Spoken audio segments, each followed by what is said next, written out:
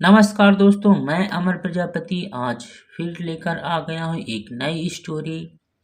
और ये स्टोरी आप लोगों को बहुत ही अच्छी लगने वाली है दोस्तों। और जिसका शीर्षक है the bell in the jungle, यानी कि जंगल में घंटी। बेल का मतलब होता है घंटी।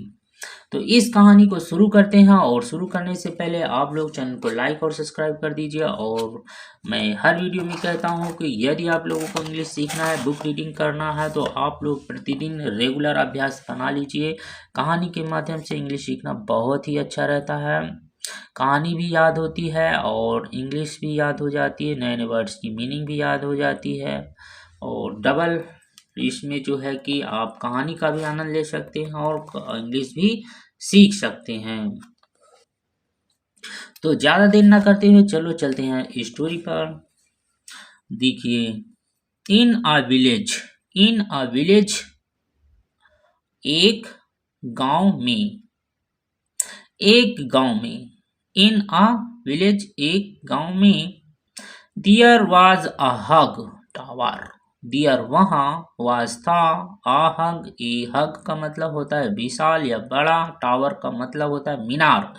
एक बड़ी मीनार थी, वहाँ एक बड़ी मीनार थी।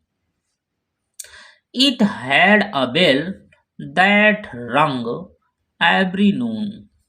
इट हैड, देखिए यहाँ पर जो है किसी के पास कोई चीज होती है तो वहाँ पर पास्ट टेंस में हैड का प्रयोग करते हैं, प्रेजेंट टेंस में हैव का प्रयोग किया जाता है, और फ्यूचर टेंस में विल हैव टू का प्रयोग किया जाता है, विल हैव का प्रयोग किया जाता है। तो यहाँ पर इट हैड अ बेल, उसके पास यहाँ पर एक घंटी थी। अब इट लगा हुआ, यहाँ पर नाउन नहीं है, नाउन नहीं है तो इट का प्रयोग करते हैं। एक घंटी थी, दैट जो, रंग, एवरी नून। देखिए यहाँ पर रिंग का मतलब होता है बजना, और रिंग की सेकेंड फॉर्म होती है रैंग, और थर्ड फॉर्म होती है रंग। तो यहाँ पर बजा, बजा सेकेंड, रिंग की सेकेंड फॉर्म होती है बजा, जो बजती थी एवरी नून।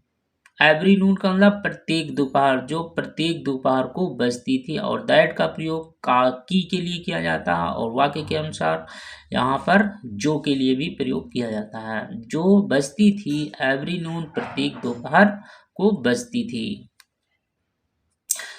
वन डे, एक दिन, a thief stole the bell. One day, एक दिन, वन डे एक दिन, कॉमा लगा हुआ है, और आगे की यहाँ पर है दो वाक्य होते हैं तो कॉमा लगा दिया जाता है। वन डे, एक दिन, आदिफ, एक चोर। दीफ का मतलब होता है चोर, एक चोर। स्टील की सेकेंड फॉर्म होती स्टोल, और थर्ड फॉर्म होती स्टोलन। स्टील का मतलब होता है चुराना, और स्टोल मतलब चुराया, सेकेंड फॉर्म है स्टील का। तो एक चोर ने चुराया द बेल, घंटी को, और घंटी को एक चोर ने चुरा लिया। He was passing through the forest nearby। जो चोर था वह, उसी के लिए कहा गया है ही was, उस, वह था। पासिंग मतलब होता है गुजरना, किसी के पास से निकलना या गुजरना। Through, through the forest, forest का मतलब होता है जंगल।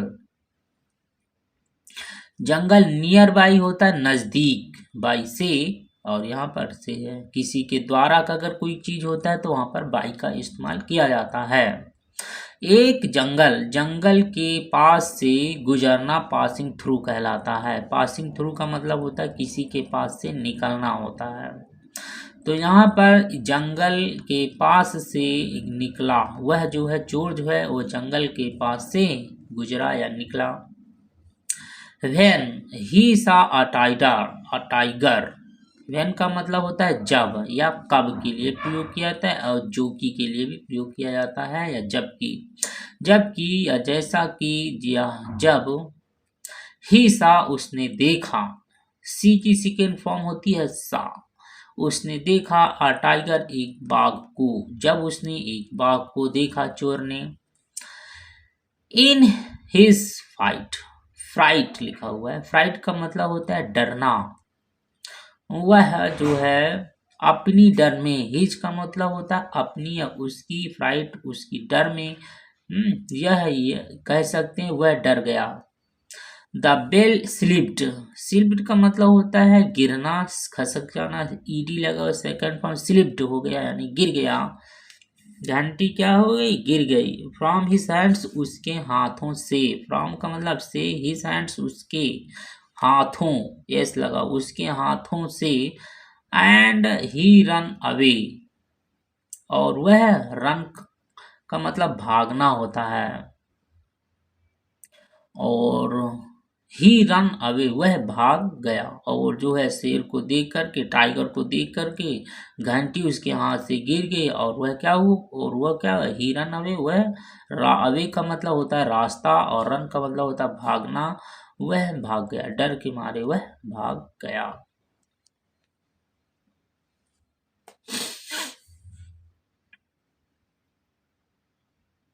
देखिए रन है यहाँ पर, रन, रन रन होता है, और ये वर्ब की क्या है, सेकंड फॉर्म है, कहानी भी सेकंड फॉर्म में चल रही है।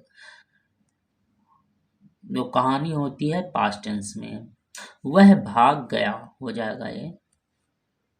Several monkeys lived near the place where the bell had fallen. देखिए यहाँ पर दो सेंटेंस है, और यहाँ पर देख सकते हैं यहाँ तक एक सेंटेंस है, और यहाँ पर दूसरा सेंटेंस बन जाता है व्हेन, वेयर, जहाँ पर। अगर यहाँ से भी इसको पढ़ सकते हो, यहाँ के बाद भी इसको पढ़ सकते हैं, पहले ये वाला वाक्य भी पढ़ सकते हैं, इसे पढ़ेंगे तो जहाँ घंटी गिरी थी। फॉलन, फॉल का मतलब होता है, फेल का मतलब गिरना, फेल, फॉल, फॉलेन, तीन फर्स्ट, सेकंड और थर्ड फॉर्म होते हैं। तो यहाँ पर क्या है, थर्ड फॉर्म का इस्तेमाल किया गया है, और हैड है यानी कि परफेक्ट टेंस का वाक्य बन रहा है। तो यानी कि जहाँ पर घंटी गिर गई थी हो जाएगा। परफेक्ट टेंस में क्या होता है, चुका है, चुकी है, या गया है, गई है हो जाएगा। तो यहाँ पर क्या है, जहाँ घंटी गिरी थी, गिर गई थी, जहाँ पर घंटी गिर गई थी। सेवरल मंकीज, बहुत सारे, सेवरल का मतलब होता है बहुत सारे, मंकीज लिखा है, एस लगा हुआ है यानी बहुत सारे बंदरों। लिव्ड, रहते थे, रहते थे, नियर के पास, द प्लेस स्थान, उस स्थान पर जहाँ पर घंटी गिरी थी बहुत सारे बंदर रहते थे। Where the bell had fallen, जहाँ पर घंटी गिरी थी।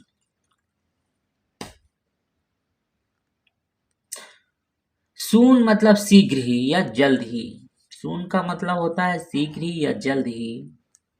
दे डिस्कवर्ड, वे, डिस्कवर्ड का मतलब होता है खोलना, कवर्ड का मतलब होता है ढक देना, और डिस्कवर्ड का मतलब खोल देना, ठीक है।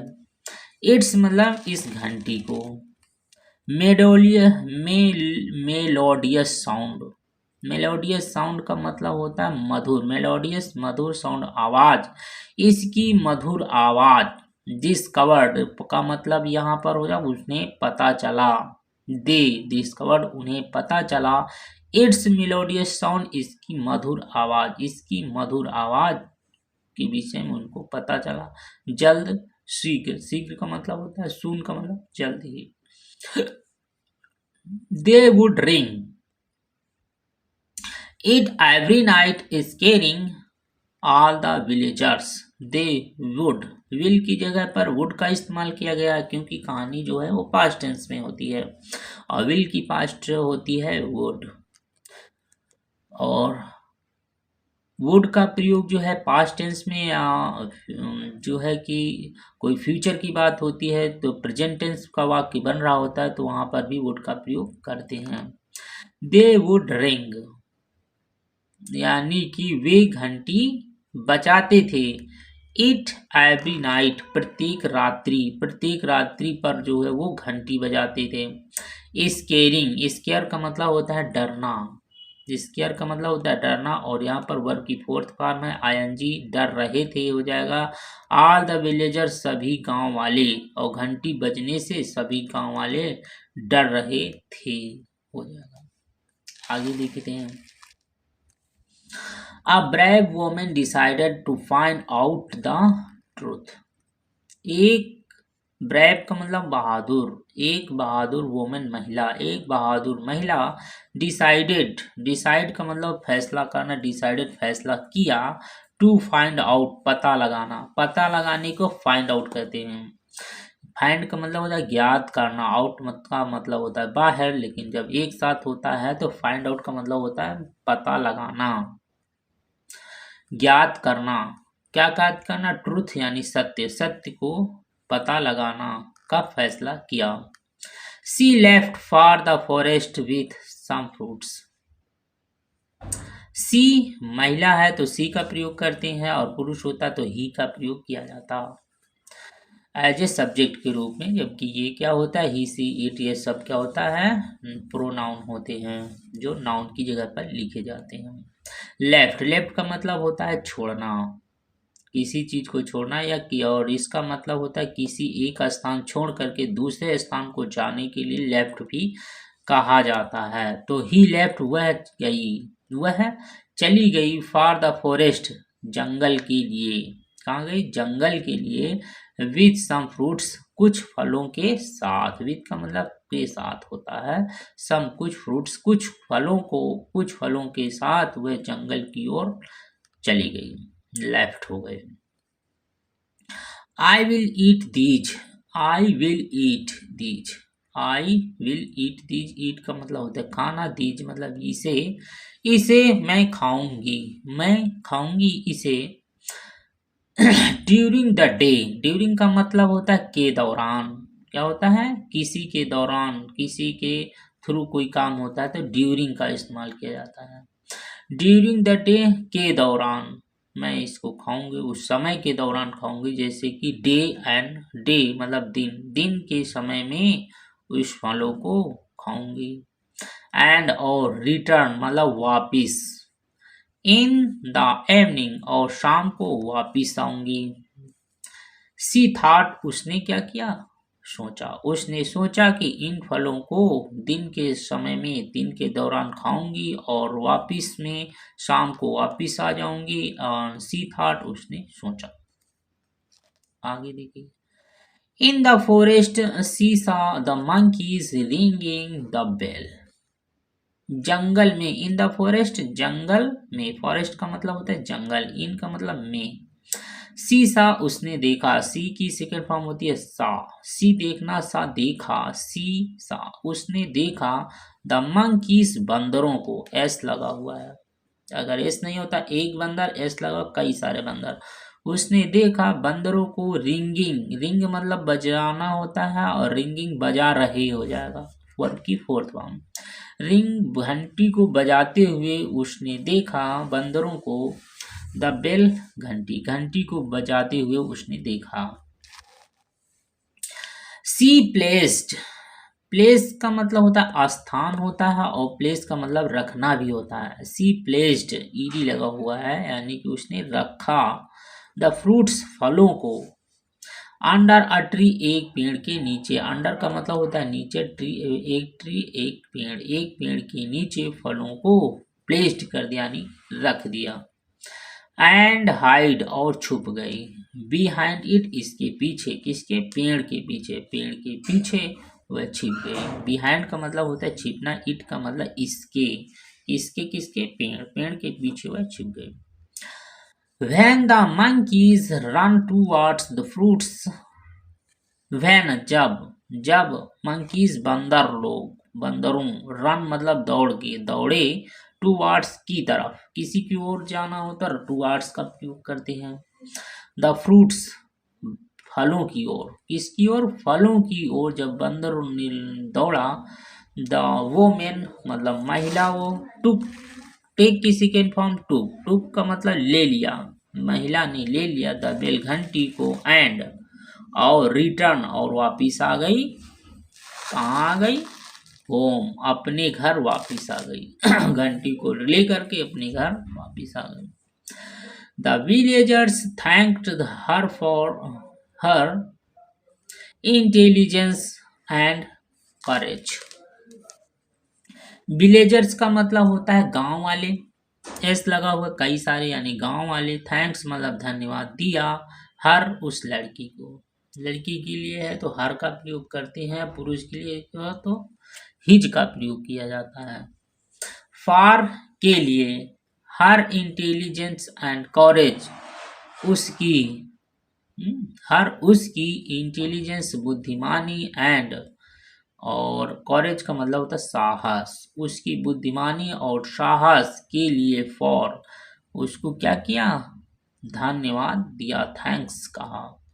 तो दोस्तों देखा, ये कहानी बहुत ही अच्छी इंटरेस्टिंग कहानी रही है और आप चित्र में देख सकते हैं कि यहाँ पर जो है कि घंटी बजा रहे हैं बंदर लोग और ये लड़की पीछे ट्रेन के पीछे छिप जाती है और और पेड़ के पीछे फल को रख देती है और बंदर लोग जब फलों को देख करके वहां से चले जाते घंटी रख करके तो ये महिला आती है चुपके से घंटी लेकर के चली जाती है। तो दोस्तों ये कहानी आप लोगों को बहुत ही अच्छी लगी होगी और मैं आशा करता हूँ कि आप लोग जो है एक कहानी को कई बार देखें, बार बार देखें ताकि अभ्यास जो है आप लोग कहानी याद हो जाए और इंग्लिश सीखने का ये बहुत ही अच्छा तरीका है। तो दोस्तों कहानी को सीखते रहिए और कहानी देखते रहिए और सीखते रहिए English. I hope you will watching my video and learning English and thank you so much and take care.